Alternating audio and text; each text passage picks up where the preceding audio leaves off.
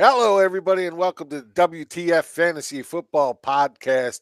I am your host, Jim Day, and of course, I am joined by Brian Drake. Brian, how you doing tonight, Brian? I've got 5 inches of snow outside my house in upstate New York, Jim. I'm hating life right now. All right. It's the worst. It's mid-November. Man, I don't know how you guys deal with it. Look, I like going up that area. I've been to Canandaigua quite a bunch of times in my life. We love going out to Niagara Falls, things like that. But man, I couldn't live up there. Too much snow for me. I've had enough snow in my life. Even here in Central Jersey, we don't get anywhere near what you get, and it's still too much for me. Yeah, I can't do it. The only reason I live here is because my family's here, but I'm too much of a wimp to get out and move anywhere else. But it should be good. It's football weather at least.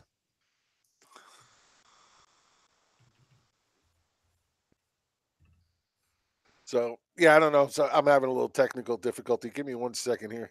No problem. I think I got it. Okay, cool.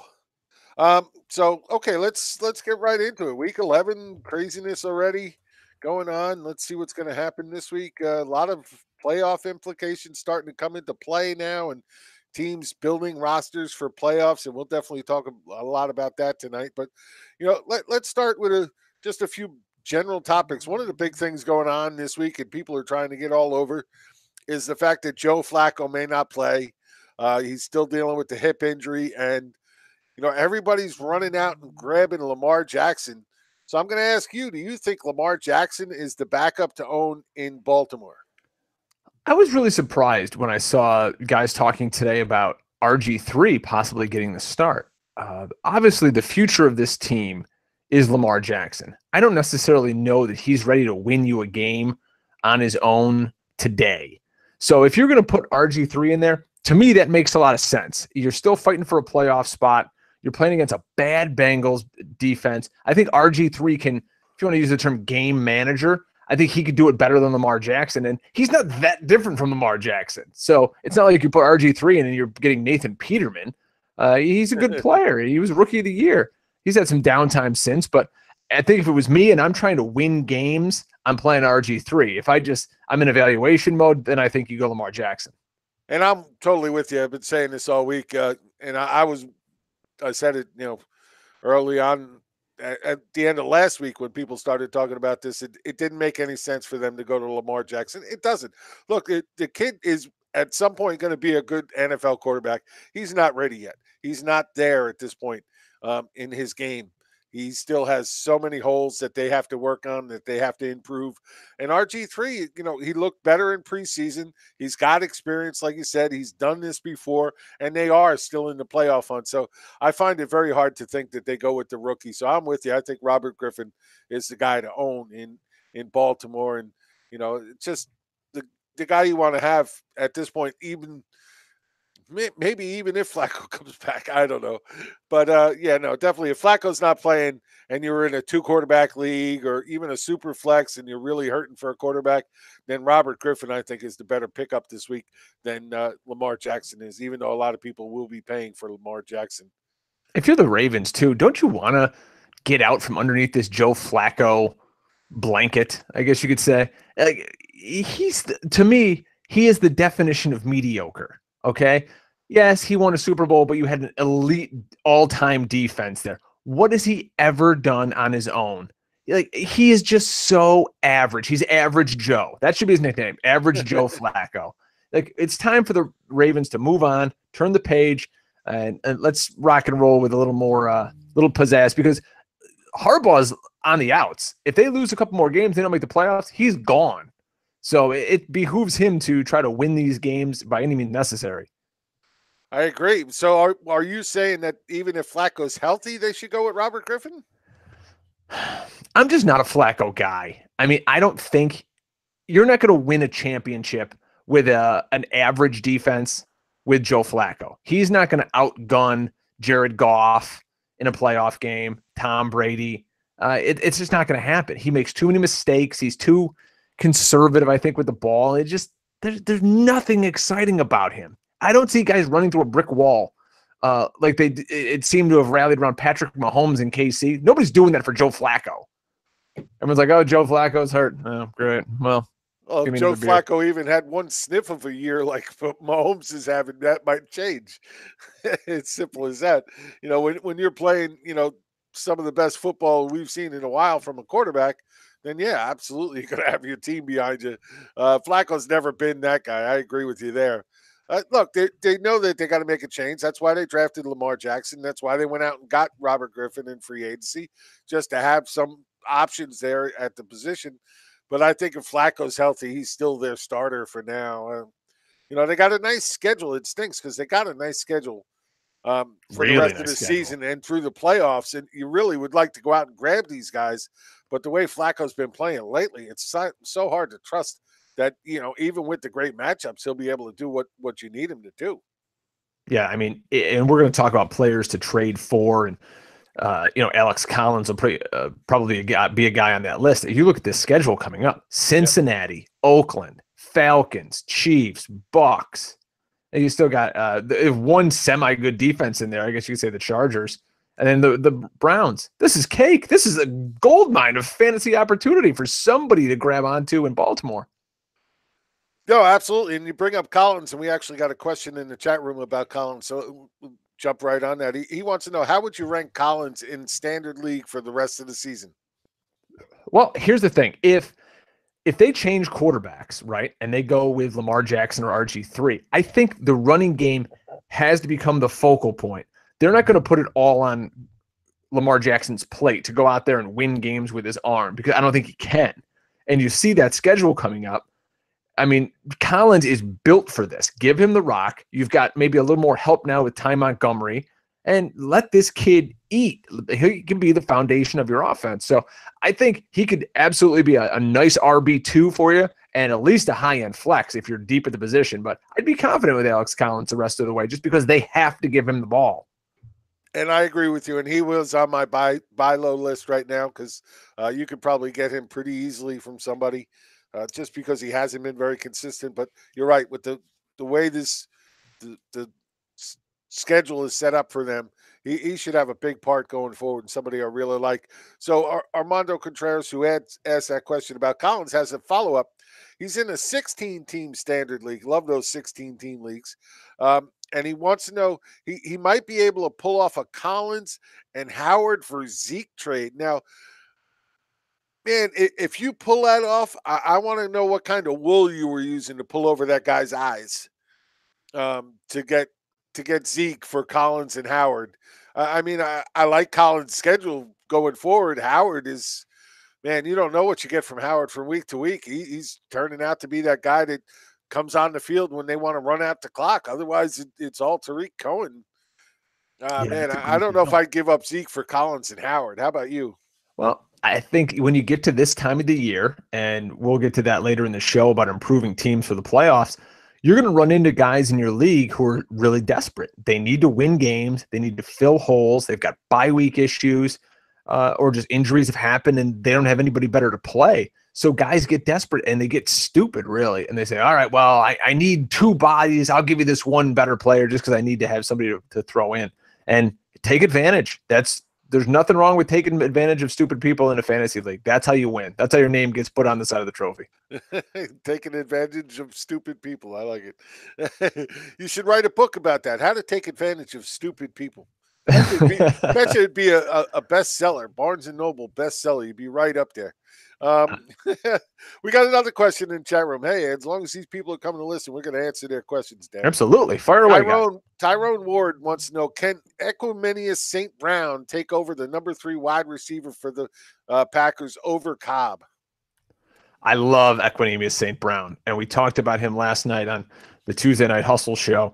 And he is a guy, he's only gotten 7 targets in the past 2 games, and they haven't really amounted to much. But if he's in a full-time role getting passes from Aaron Rodgers, you're damn right this kid can improve and become a factor. So I would love to add him if I had a spot on my bench, because everybody's gaga over Valdez Scantling. But there's going to be a third option there, and probably a fourth option with Jimmy Graham. So, yeah, add him, and let's see what happens here. You might have lightning in a bottle. Yeah, right. Absolutely. Especially if something, God forbid, happens to anybody in front of him, he's going to get a chance. Look, it doesn't look like Cobb's coming back this week. He may not even be ready to come back next week from the way they're talking. Might even be, a couple more weeks after that. So Equiminius is definitely going to get his chances over the next week or two. And, I'm not saying he's going to be a barn burner, but, when you get a guy in that kind of offense, that all of a sudden comes into opportunity, you have to take the shot, whether comes to fruition or not. You never know, but man, the odds are there just because of the offense he's on. Yeah, they're going to play, in probably 12 personnel a lot. You're going to have, he's going to be on the field. I like his options, unless they really get into this Aaron Jones mindset of, hey, we're going to run the ball a ton, and Aaron Jones becomes the focal point of that offense, which I can't see with Aaron Rodgers there. But if you're in any offense with Aaron Rodgers, there's a reason we know the name Geronimo Allison, and now we know the name of Valdez Scantling, because Aaron Rodgers makes you viable. And I think the exact same thing is going to happen with our boy St. Brown here out of, I think he's Notre Dame guy. Yeah, I'm not sure, to be honest. Totally And they're going down this week to the Cuse. Syracuse is going to take them down to Yankee Stadium. Oh, that's right. That's the football. big Yankee Stadium game. Yeah, they were talking about that on the Frenzy. I think they're going, not on the Frenzy, on one of the shows over the weekend that Gabe and Corey are supposed to be going to that game at Yankee Stadium.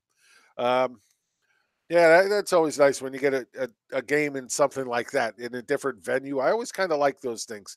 I don't really like hockey. I'm not a big fan. My wife loves hockey. I'm not a huge fan, but I love when they do the Winter Classic when they play outside, Yeah. especially when they play outside and it snows.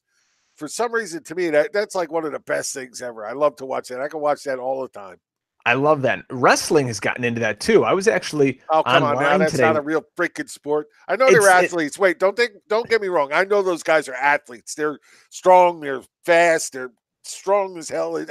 I get that. But goddamn it, everything's it's scripted. fake. I hate that. Yeah, I can't stand that. I can't Where I get was past that. where I Although was the going with NFL's getting close. I was online today getting tickets for WrestleMania. It's at MetLife Stadium this year. Oh, there you go. So and these tickets, I'd have to talk to you off air about where these tickets are. They're $300 a ticket to sit outside the first weekend in April and watch wrestling.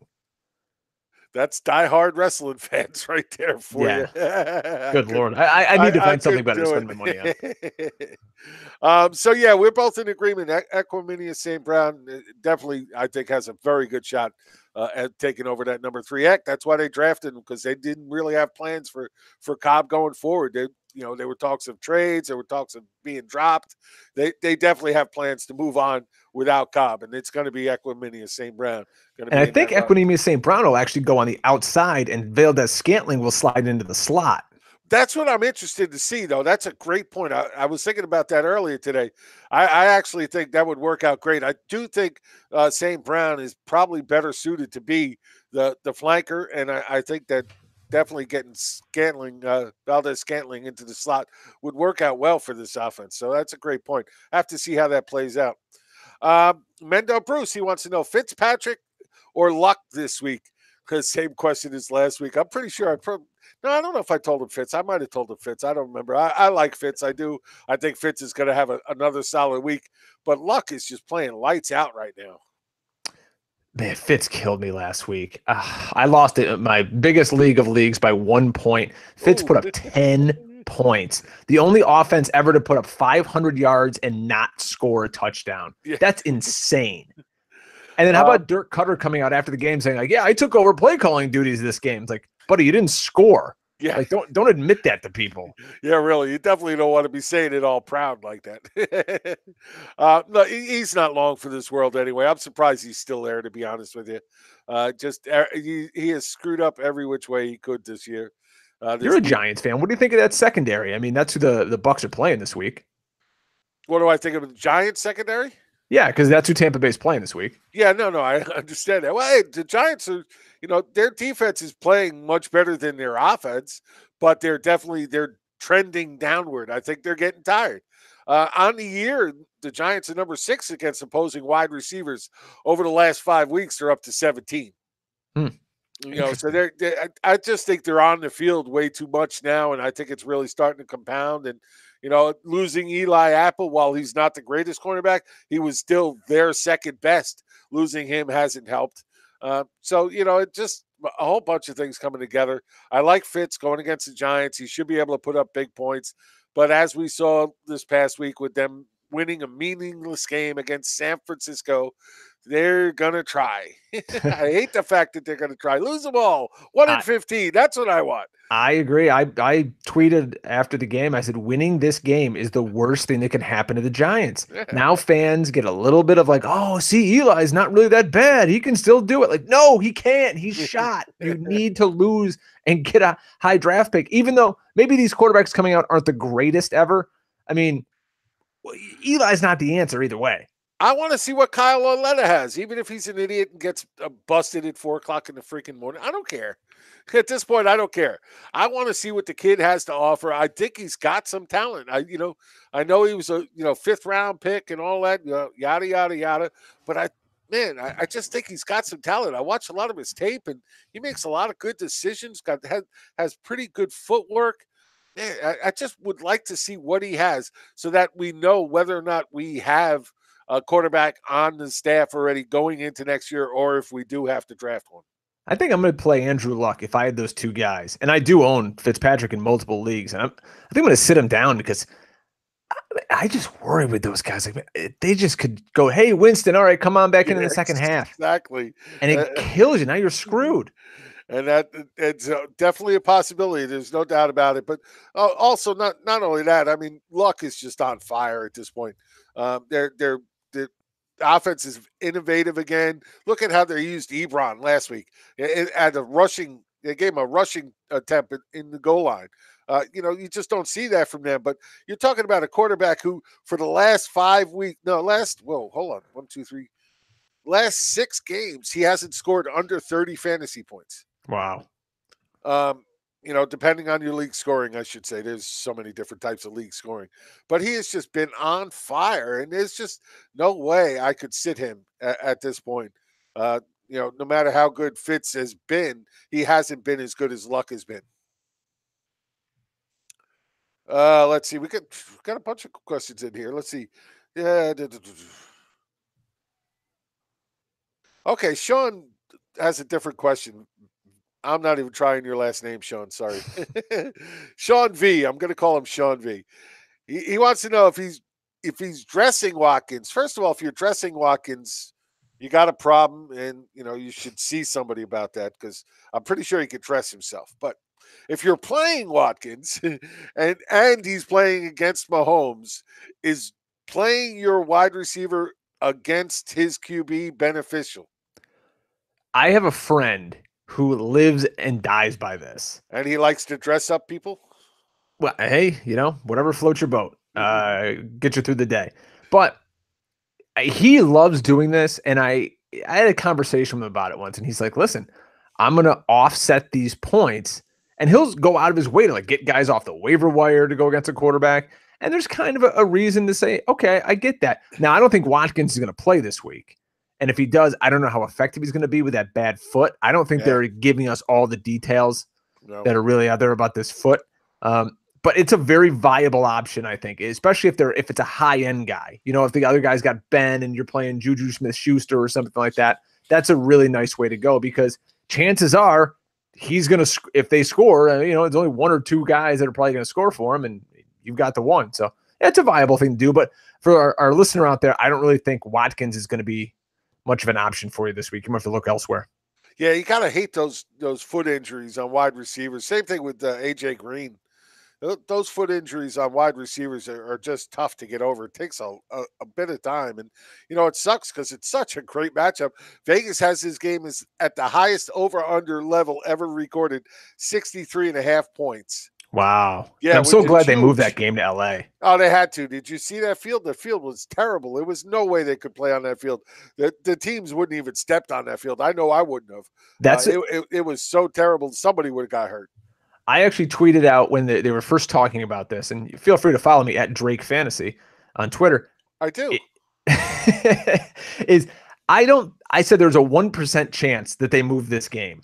Then the word came out that the players were saying we might skip this game if they play there because of the field conditions. And to me, that's what got the ball rolling, because the NFL has known about these field conditions for weeks. Pro Football Talk had an article on that earlier today. Is they've known forever how bad this field is, since there was a Shakira concert there a few days ago and all kinds of stuff. Right. But once they heard, hey, Gurley might not play, Mahomes could sit and all that, you can't risk that for the TV audience. And they said, okay, let's go. Put this game in LA. Well, not only that, you got two teams here that are very legitimate Super Bowl contenders, and there's no way you can put these teams in their high-powered, stars of the NFL right now. Pat Mahomes, Gurley, like you said, across the board for these two teams, you can't put them in danger just because the NFL wants to play a game in Mexico. If you want an NFL game, get a freaking better field. If this was Oakland against Denver, is this game played in Mexico City? I said the same thing. If it was Monday night's game, Giants and San Fran, they would have played in Mexico. Yeah. They definitely would have played in Mexico, but not Kansas City and the Rams. You just can't do that. That's just totally out there. It's just not going to happen. But yeah, I'm definitely there with you. Okay, we got some more. Let's see. Sean Willis wants to know, in full PPR, he's got a choice of 4 running backs. So the first is Dalvin Cook, Mark Ingram, Phillip Lindsay, or Tevin Coleman. And how many does he need? He just needs 1. Just needs 1. Well, let's see. So you got that's tough. Cook is playing against the Bears. You've got Ingram is playing against the Eagles. They're very good against the run. Lindsay. Okay, just to that thought, so you don't have that thought process going in your head. They're 8th on the season against opposing running backs. Over the last 5 weeks, they're 28th. Well, I think they're going to get Timmy Jernigan back this week too at defensive that's tackle. A good point too. I keep forgetting about Jernigan. I think that'll help. And him a little bit. Plus, he's a big run stopper. And they're just going to throw the ball all day on the Eagles. Lindsay. Who are the Broncos playing this week? The Chargers. Man, that's a tough matchup. And Coleman. Atlanta's playing Dallas. Man, they're all playing kind of good run defenses. Holy smokes. It's a tough question. It's definitely not an easy one. But, I want to say Cook just because I want to say Cook. I just want to say Cook. But I can't say Cook. How can we have any faith in him, really? I mean, you know what? For me, I think the safest play might be Lindsay. And that's what my first thought was. Lindsay, too. I keep coming back to Lindsay. He's a pretty damn safe. You got a nice, decent floor with him. And, he's got a good ceiling even in that matchup. Look, Ingram had a great game last week. But the week before, he didn't do nothing. You just don't know which way it's going to roll in that offense. Cook, if he's healthy, I think he's the guy. But I want to see a full game. I want to see, a bunch of usage out of him and see what we get out of him. I'm not saying I'm not going to start him in a few of my leagues because I am. I've been waiting this long. I want to get him on the field. But when you have options like that, I think I take the safe bet and go with Lindsay. Yeah, he's getting – he had 19 touches the last game, and that's 40 in the past 2 weeks. So he's going to get the work, especially full-point PPR. That'd be me. If you want to go safe, I don't think you can go wrong with really any of these guys. Yeah, although I guess I put Coleman at the edge. He'd be my number 4. If I really looked at this, I'd probably go Lindsay, Ingram, Cook, and Coleman in that order. And it's amazing because Coleman had such a blow-up game 2 weeks ago, and now after this week, it's like Coleman stinks. It's not that he stinks. Well, look, he had a blow-up game, and he had that score against the Giants, and all that stuff, but. He hasn't really been consistent when given the opportunity. Plus, we're seeing, he's not playing that many more snaps than Ito Smith. And the identity of that team is they want to throw the football, too. Right. Matt Ryan's having maybe an MVP type league if they can get their act together and start winning games. He's playing very well, but it's just really tough. Okay, let's keep going. Miley Robert wants to know. Ooh, I like this question. Mariota or Prescott this week? Mariota or Prescott? Both guys are trending upward. Mariota's going into Indianapolis, playing Indianapolis, and Dak is going into Atlanta to play Atlanta. Both defenses can be had. Oh, boy, everybody's on the Mariota train these days. He looked good last week. I'm going to tell you, I've never been a huge fan, but last week he looked good. Hmm. Him and Corey Davis seemed to be on the same page all game. He was making the right calls at the right time, the right, just putting the ball where it needed to be. He looked like he was finally healthy last week. Is all I'm going to say. I'm not, and Dak, he's got his issues too, but yeah, he's playing better, and Amari Cooper is helping that offense. Yeah, Mariota just doesn't throw the ball a lot. In the last 5 games, he hasn't thrown for over 245 yards. He's only thrown over 30 attempts once. I don't Well, like his that could be weapons. said Is for not. Russell Wilson. I know Russell, and they're just throwing a lot of touchdown passes. Yeah, Everyone, that makes up for a lot of sins. And it pains me to say this, I think I'm gonna go Dak Prescott. yeah, this is tight. I do like the fact that Dak is they're getting Zeke more involved in the passing game. That's a huge boon. But again, I mean, yeah. Dak may be throwing more, but 2 out of his last 3 games has only been for 1 touchdown. But then he's getting no. You know what? Yeah, I'm going to go with you, and this is why. Because 3 out of the last 4 games, he's had a rushing touchdown. Yeah, and And he's that, playing the Falcons, who have one of the worst pass defenses in the league.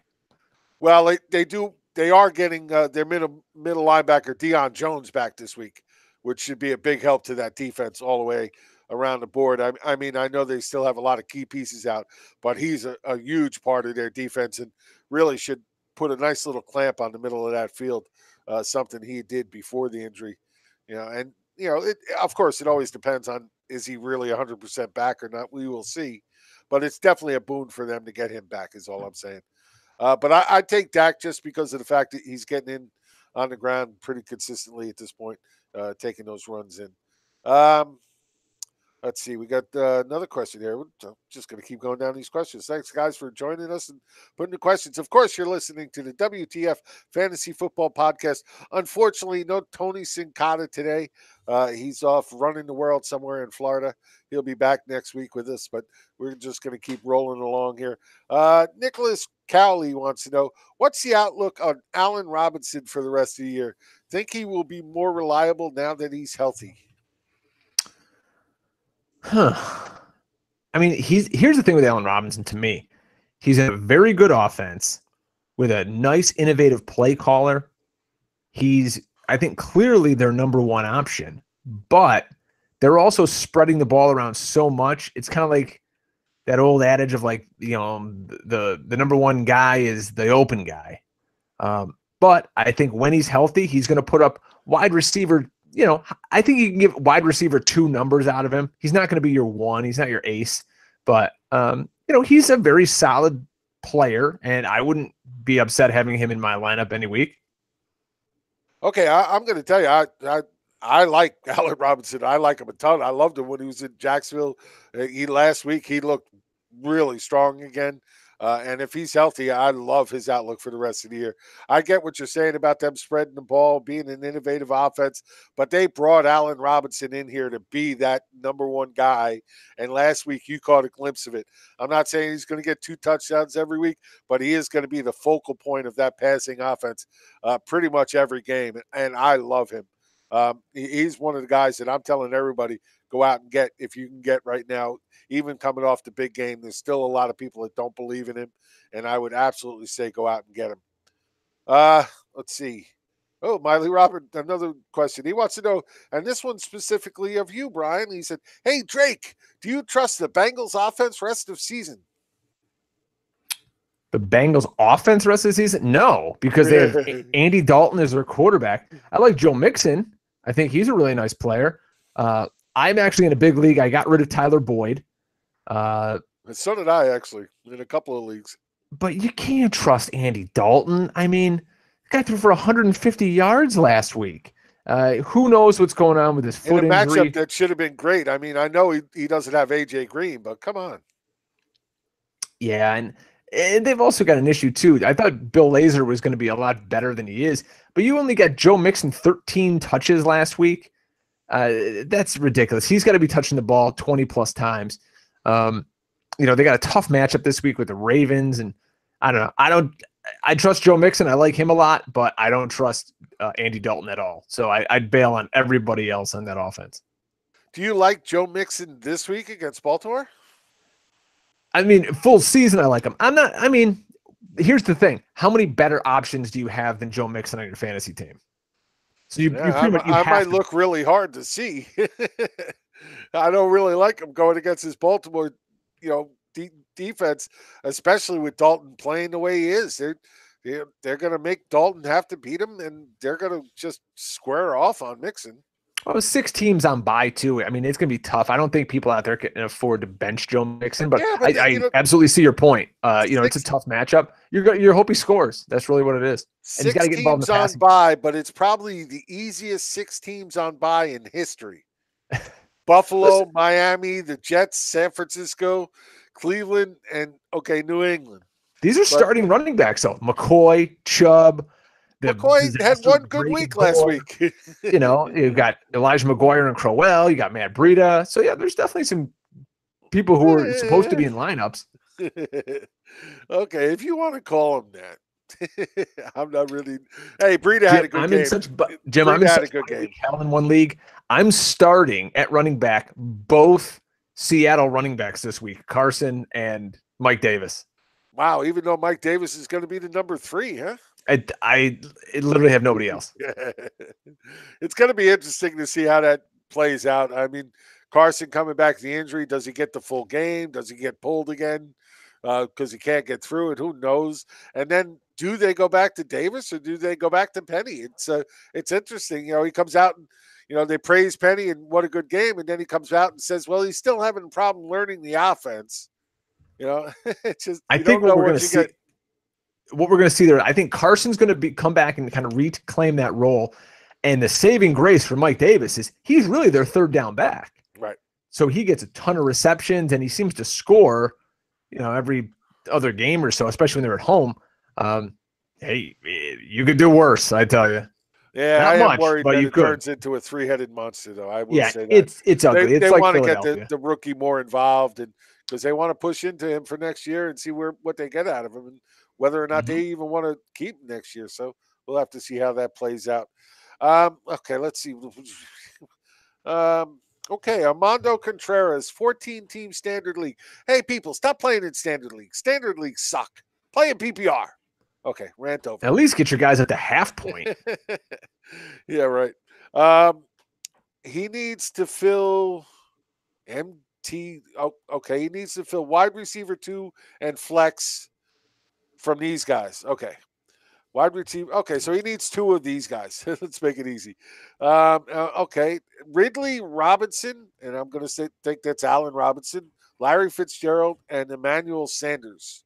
Okay, in standard leagues. Uh, you know what? I'm going to go with Robinson for me, number 1. Mm-hmm. Give the Again, guys the best chance to score. yeah, I like him. Ridley has a good chance to score. I like what they're doing with Fitz, though. They're really starting to feed him in this offense.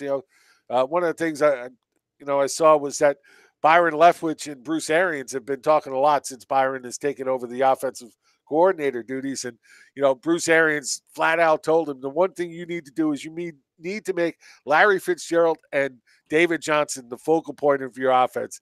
That's it. Make those guys the focal point of your offense, and everything else that falls into place. And I like what they're doing with Fitz. Ridley, he's a touchdown or bust guy. He's going to be that way in that offense. There are going to be weeks that he scores, and there's going to be other weeks he doesn't do much of anything for you. And now that Julio's starting to score, they figured out, hey, look, we could throw a screen pass to Julio and he can score. Amazing. It took him so long to freaking figure that out.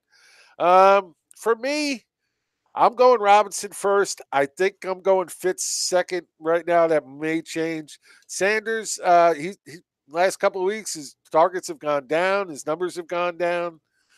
In a standard league, he doesn't represent the same kind of value to me. So for me, I think I go Robinson and Fitz right now, but that may change. What's your It's thoughts? boring radio to agree, but I mean, just some context here with Larry Fitzgerald.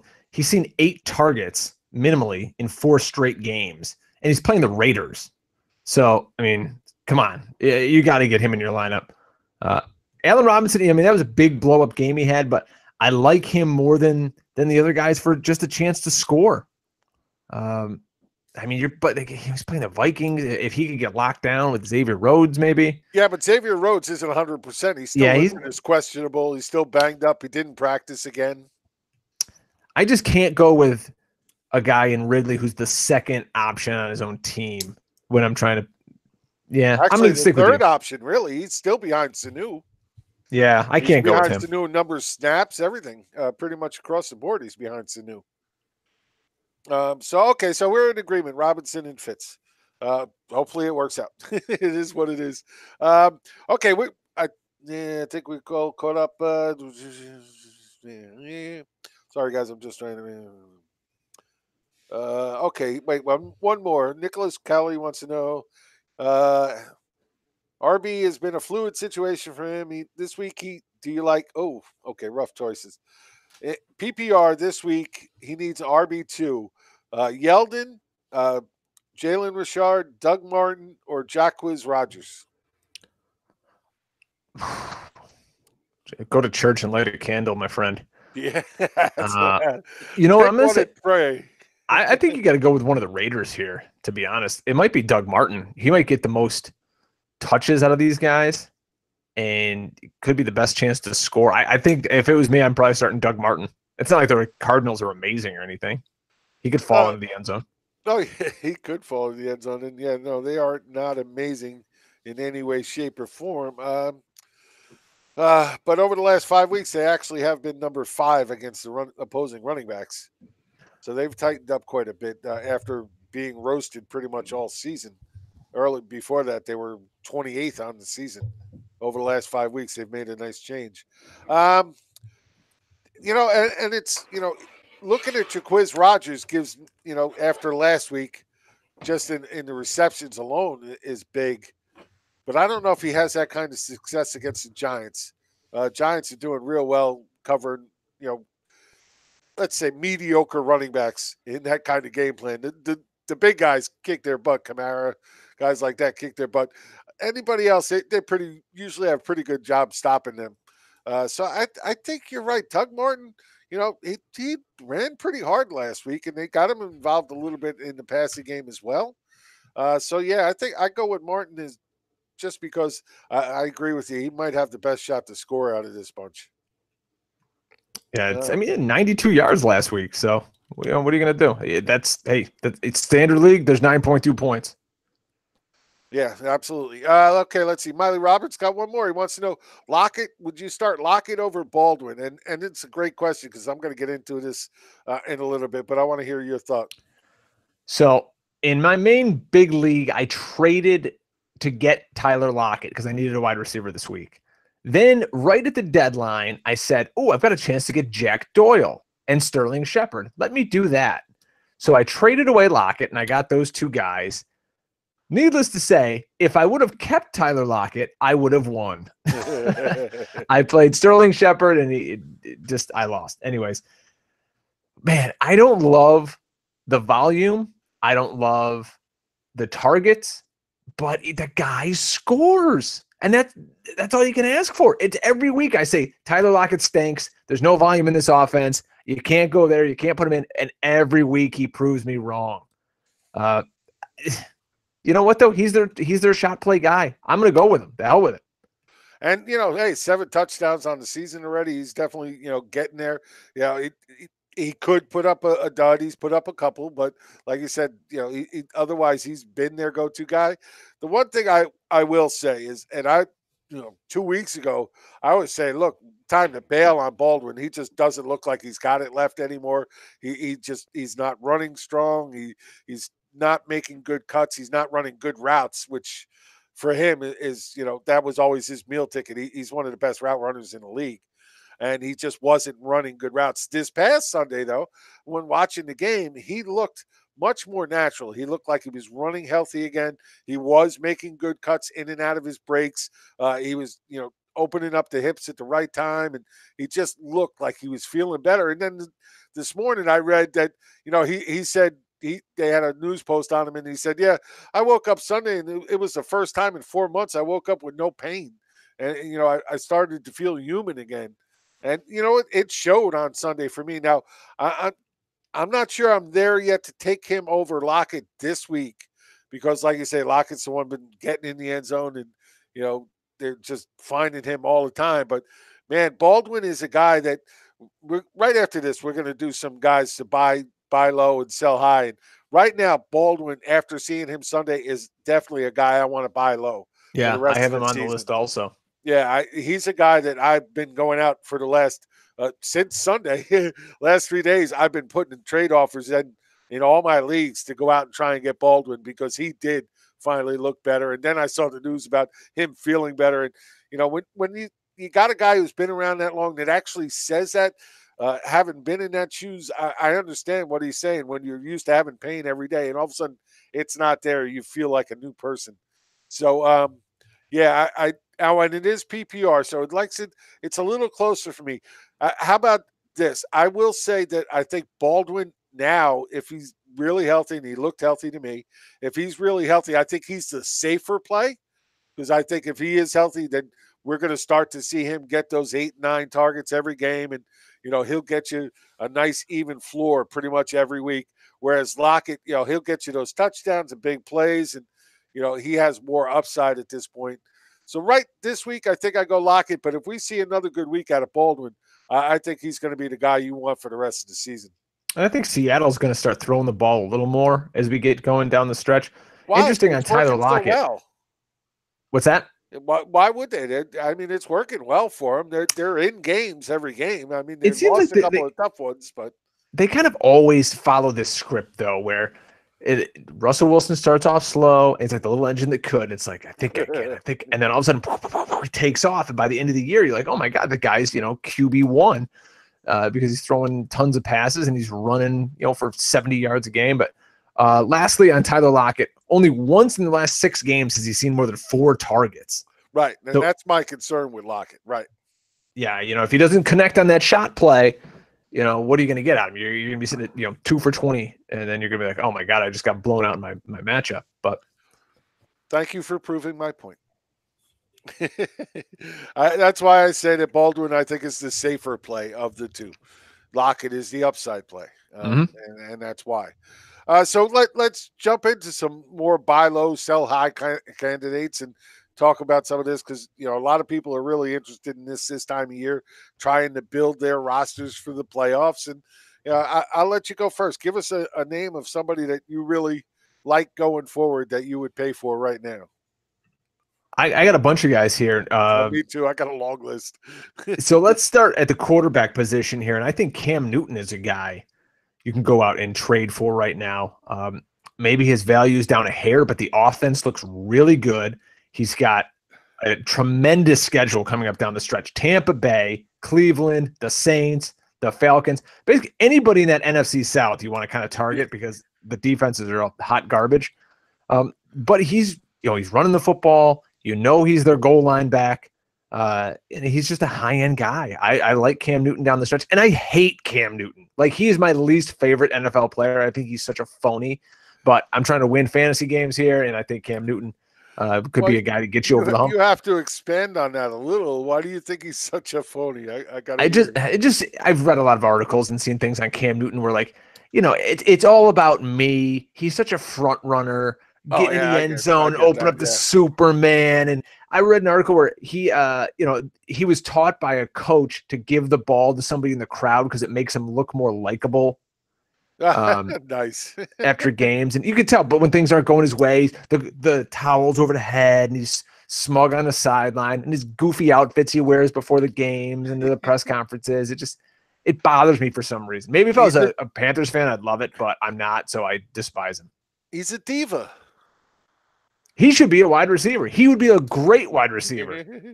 He's absolutely a diva. There's no doubt about it in my mind. And okay, and I actually had him on my list too. Just like you said, the schedule is just there for him to roll up and really go big. Let's see. We've got to. I'm pretty sure.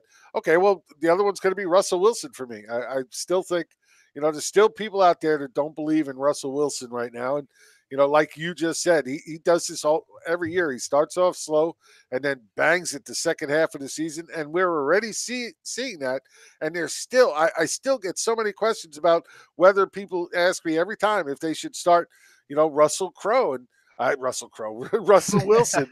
Definitely don't start Russell Crowe, people.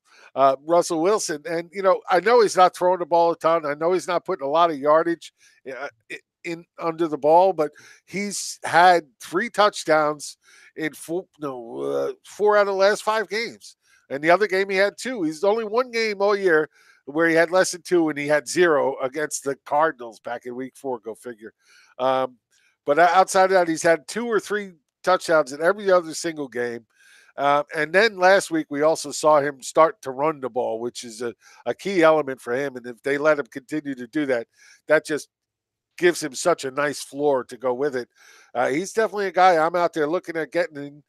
He's got the Panthers, the 49ers, the Chiefs in week 16, which is a great matchup. All these things coming into play. And I think he's definitely somebody out there you can go out and get and not have to pay up through the nose, even though he's really starting to play very well. Another guy I like is O.J. Howard. Everybody needs a good tight end. And if you don't have Ertz, Kittle, or Kelsey, you're probably scrambling. Even a Gronk owner, you're not happy with what you're getting out of him. I really like O.J. Howard. I like the offense because they're terrible and they have to throw all the time. And he's really kind of separated himself from Cameron Brate. I like his that's not even, I like his upside. I like the fact that he scores. Every game it seems like you turn around, O.J. Howard scoring a touchdown. So maybe coming off a not as big of an effort last week, you can reach out to his owner and pluck him right away and put him into your lineup. Look here, I'm going to go a little different way at tight end. I'm going to say go out and grab Gronk. You can get him for a song at this point. Nobody thinks he's any. Look, it's a risky. Absolutely, the injury may not be there when he comes back from the bye, but what if he is? You could probably get him for a wide receiver 3 now. And at that point, why not take that risk? There's so many wide receivers you can get off a waiver wire to fill a wide receiver 3 or a flex spot if you need one. And if Gronk comes back even a little bit healthier and gets involved with this offense, because let's face it, Brady needs him involved. Brady has not been playing well of late. If you take the name off the back of his jersey and look at his numbers, he has not been playing well. And as a matter of fact, he's on my sell list now. Him and Drew Brees are both in my sell list right now. If you have these guys and you're holding on to somebody like a Trubisky or somebody else, I would say jettison Brees, Brady, get another piece. Somebody's definitely still going to pay for those names, but 2 guys that Brady is numbers. I think he's the number 16 quarterback so far on the season, depending on your league scoring, somewhere around there. Definitely not a QB1. Brees has played well all season, but the last few games his numbers are starting to come down because they have Ingram back and they're really starting to get this running game going. And because of that, Brees isn't throwing as much and starting to look like the numbers he had last year because they could run so well. So these are 2 guys right now I'm saying sell those guys. Let's see where else was I going with that? Okay, well, why don't you? Gronk actually got traded in one of my main leagues this past week. Went Gronk for Jack Doyle and T.J. Yeldon. The Gronk owner also has Fournette. So yeah, that shows that's not a king's ransom for Gronk at all. Yeah, really, and it's worth the shot. I mean, if he does come back healthy and all of a sudden, him and Brady start lighting it up, you're going to be glad to have him on your team. Let's face it, he is, a top 5 tight end no matter what when he's healthy. He hasn't been healthy. I grant you that. He definitely has not looked healthy. He's been in blocking more often than not. But hopefully this bye week gets him back fully. And if it does, you get a top tight end for steal at this point. So I think you have to make that investment, have to try and go with that. I'm with you. Give me somebody that you think is a good sell high candidate right now. I agree with you there on Tom Brady. I had him on there. Another guy that I want to sell high on is Marlon Mack. Now, that is a guy who came out of nowhere, basically, in this fantasy season because he was hurt, and looked like a gangbuster. Everyone's like, oh my God, I got this instant RB1. And then you kind of see the Marlon Mack of who he really is. He's a guy who loves to bounce to the outside. He's a guy that can't stay healthy. And I don't know necessarily how much they really want to lean on him. I just don't think he's going to stay healthy, to be honest. So a nice sneaky ad off the waiver wire could be Naheem Hines or, I don't think Wilkins is going to do anything. But I don't know. For me, Marlon Mack, I'm just not feeling it with him. He's going to be real up and down, and you're going to get your heart broken when he didn't practice again today.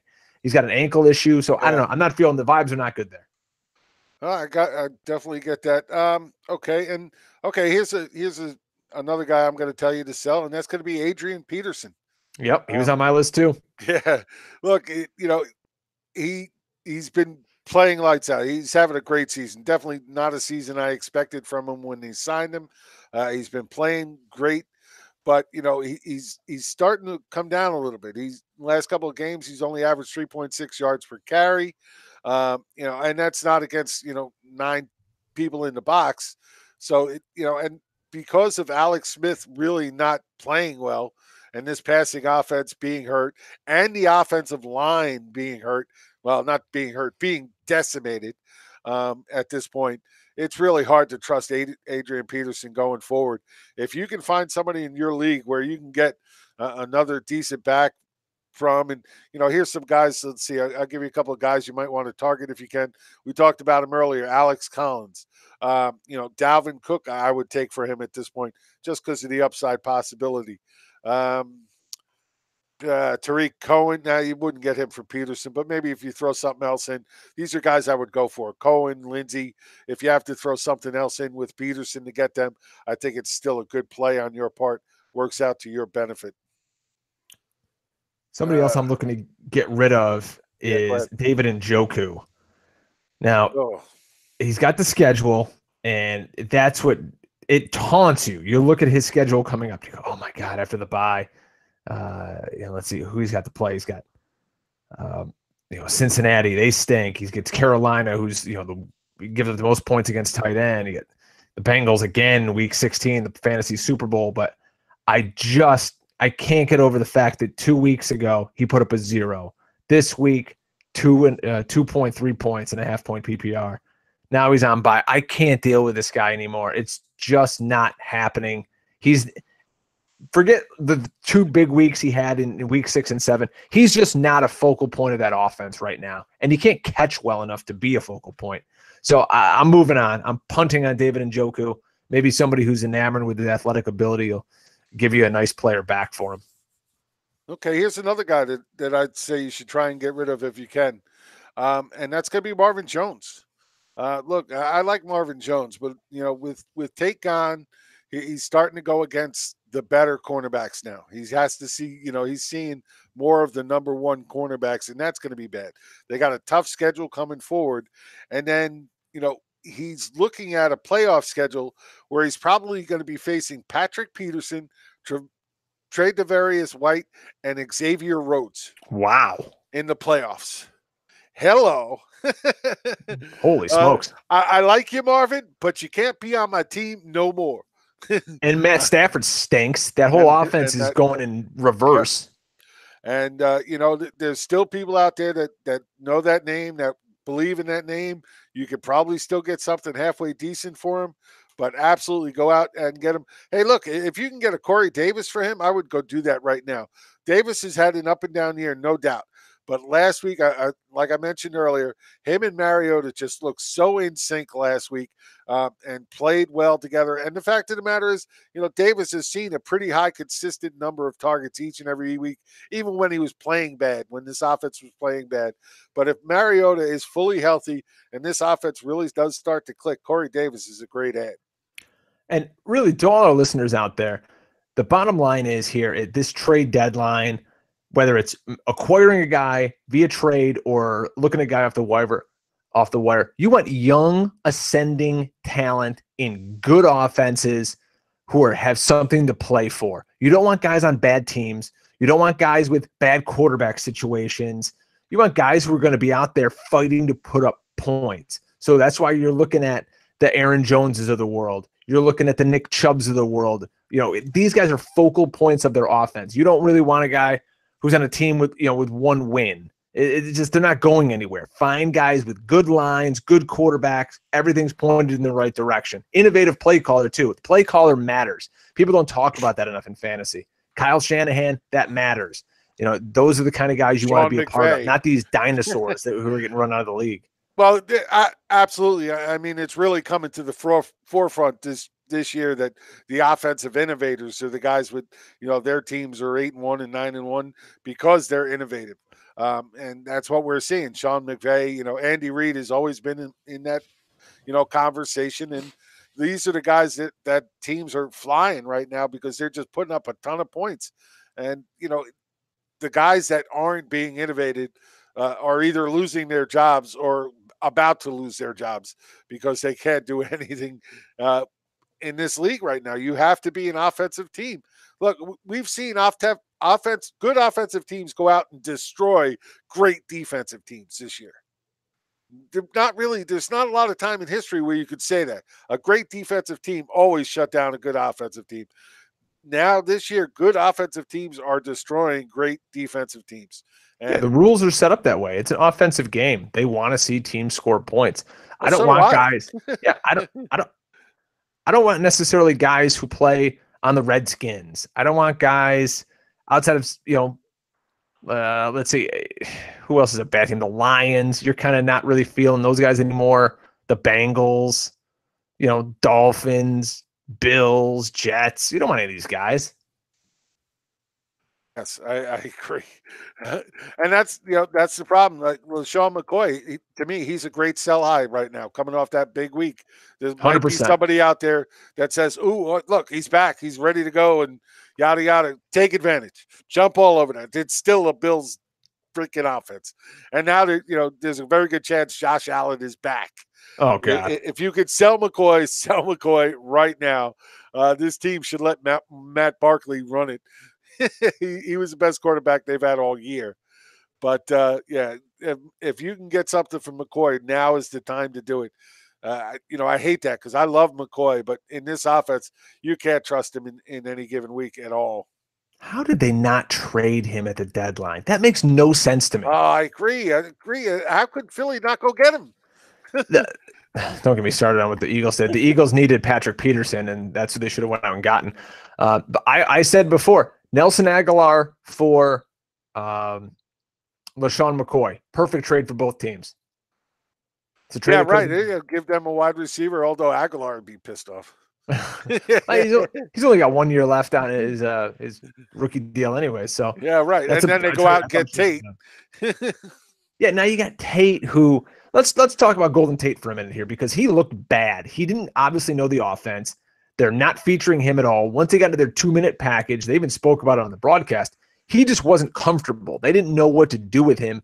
So, I mean, there's only a few games left in the season, really. I mean, it's week 11 here. You got, 6 games left? So how into the offense can he be in those 6 games? You got to win every game here if you're Philadelphia to try to make the playoffs. So you don't think he has any value left for the rest of the season, Golden Tate? From what I saw, and I've been an Eagles fan for 30 years now, and knowing Doug Peterson's offense, I just don't see him being. He's not Zach Ertz. He's not Alshon Jeffrey. He's the third option out there. They can't run the ball to save their lives. So he's really just kind of, I think, taking over what Nelson Aguilar was. And Nelson Aguilar last week is catching 60-yard passes down the field. So just when we write them off, it always happens. Every time you write somebody off, as soon as you wait. Okay, I can hold. Okay, screw it. They're done. I got to get rid of them. As soon as you do, they go out and blow up. Look, even Jordan Matthews was out there playing good football last week. Ran a couple of nice routes. I agree with you. I have a hard time. Look, Golden Tate is so much better than both those guys. He just is. But like you said, so limited time to learn the offense. I think he grows into the role. I think he definitely starts to add some value, but maybe in the fantasy playoffs, he could do something for you, but he's going to be risky. He's going to be a risky play for the rest of the year. I agree with Brian on that one. Maybe that's a guy you trade at the deadline. Sell him on his name.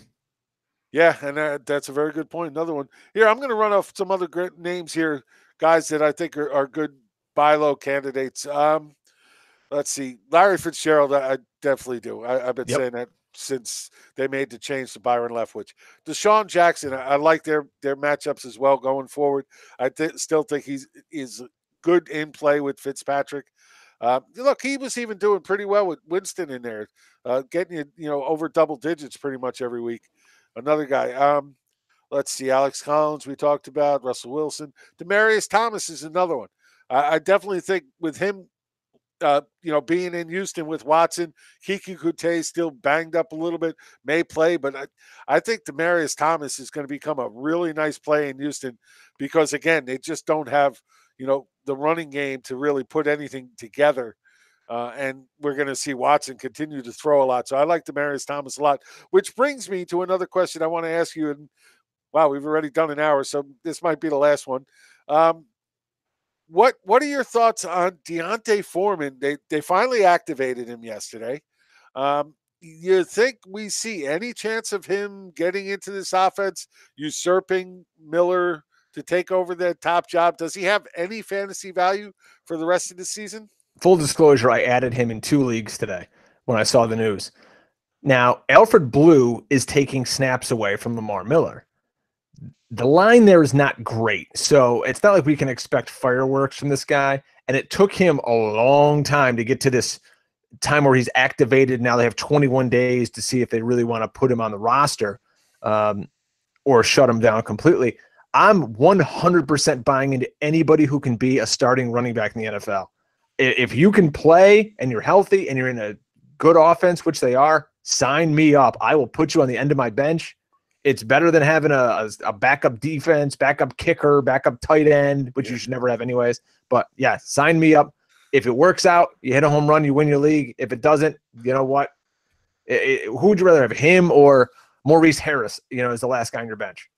So yeah, right. Well, right. I agree with you. You always want to try and take that chance on those running backs, and to me, that's why Rashad Penny is a nice pickup now too. Because look, you got two guys in front of him, and one in front of him, maybe the other one not so much in front of him. I don't know at this point, but both those guys have injury histories.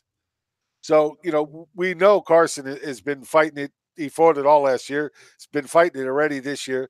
Mike Davis fought it last year. If one of those, even if one of those guys is to miss any amount of time, Penny is going to become a really nice play going forward because they still like the ball, rush the ball so much. And he's definitely in play at that point. There's a chance he doesn't end up doing anything fantasy wise, but I'll put him on my bench and stash him just for the hopes that he ends up getting that job.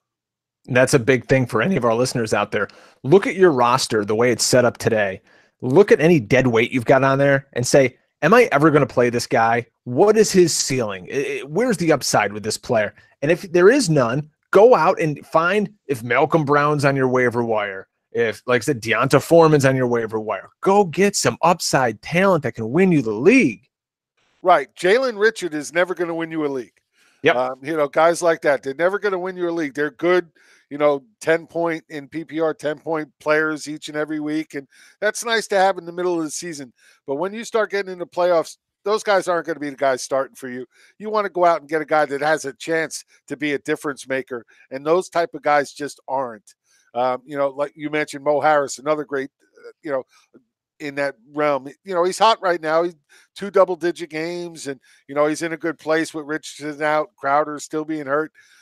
He's going to get his shot, but it's never going to win you anything. He's going to give you, a safe play each and every week. You know what? When you get to playoff times, those safe plays are on your bench. They're not doing you anything. You need to go out and get guys that have the upside that can win you a game, and those guys just aren't it.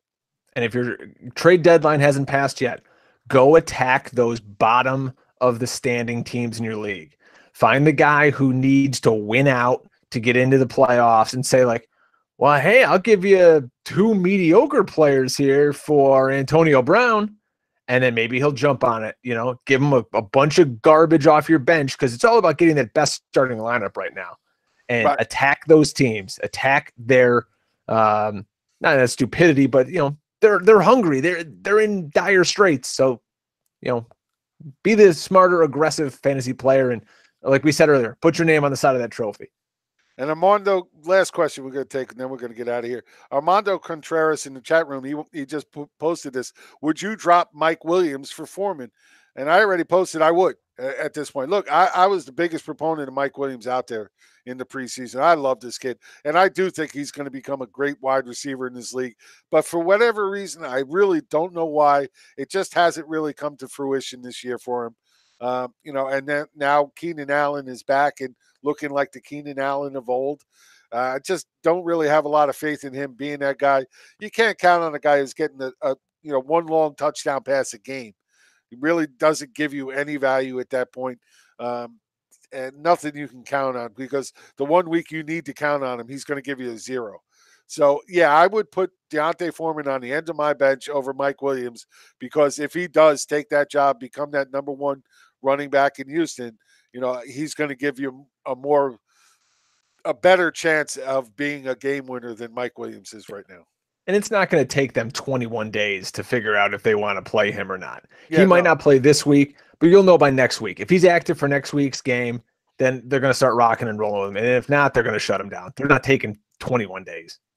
No, I totally agree with you. And look, they should already have some kind of feel of where he is conditioning wise. And that should come into the play in that decision making. I'm with you. If it does take more than 10 days for them to make this decision, then I don't think he's going to rock and roll for you this year. They should know right away, and they're going to want to get him involved. Look, because Lamar Miller's been one of the biggest busts of the season. I know he's had a couple of decent games, really stretching that decent out pretty long there. But he's done nothing for them. I mean, a couple of games, Alfred Blue looked like a better running back than he did. So they if they can get Foreman on the field and playing well, they're going to do it as fast as they can. So, Brian, why don't you tell everybody where they can find you? You can follow me on Twitter at Drake Fantasy, and you can listen to my other podcast that I do on Tuesday nights called the Tuesday Night Hustle. You can follow that show at Tuesday Hustle on Twitter. You can find the link to the show there. And read any work that I get off my butt and do over at fightingchancefantasy.com, where you read Jim's great waiver wire articles and some roundtable stuff we do there. And it's a growing site. There's a lot of new blood coming into Fighting Chance Fantasy, and there's a lot of good things. So go, please check it out. Don't just get, ESPN and Yahoo all day. Check out some of the small guys. They're doing good stuff too. Absolutely. And we're totally free. So come join us. And not only that, we do a lot of fun things at Fighting Chance as well. Every year when, March rolls around, Ryan puts together some kind of a March Madness bracket, not including basketball. Sometimes it's snacks. Sometimes it's movies, TV shows. Every year it's something different. So he's always trying to find something interesting. I'm pretty sure they're doing a fantasy survivor game right now for all you Survivor fans out there, things like that. So he's always trying to do innovative things, and we have brought a bunch of new people on the site. I do want to say, of course, you can find me on the Frenzy every day from 1 to 2 with Corey Parson and Chris Ventra. And, I just found out today that the Frenzy was nominated for 2 awards for the FSTA group this year. That we got nominated for, best long video and I guess best podcast or something like that. Hey, look, we're in good company, so I don't know if we win, but hey, I like being nominated. That's a great thing. Very cool. Congratulations, man. Hey, thanks, man. It's a fun show. We don't always talk about as much fantasy football as we should, but it's a fun show. We have a lot of fun with it. I think the people enjoy it. So we'll see how that goes. But, guys, thanks for coming out and joining us tonight. We are the WTF Fantasy Football Podcast, episode 15. So we're still a youngin', but we're gonna make it better and keep it going, and hopefully you guys will keep listening. So thanks for listening tonight. Good luck in week 11, and we will see you next week. Ciao, everybody.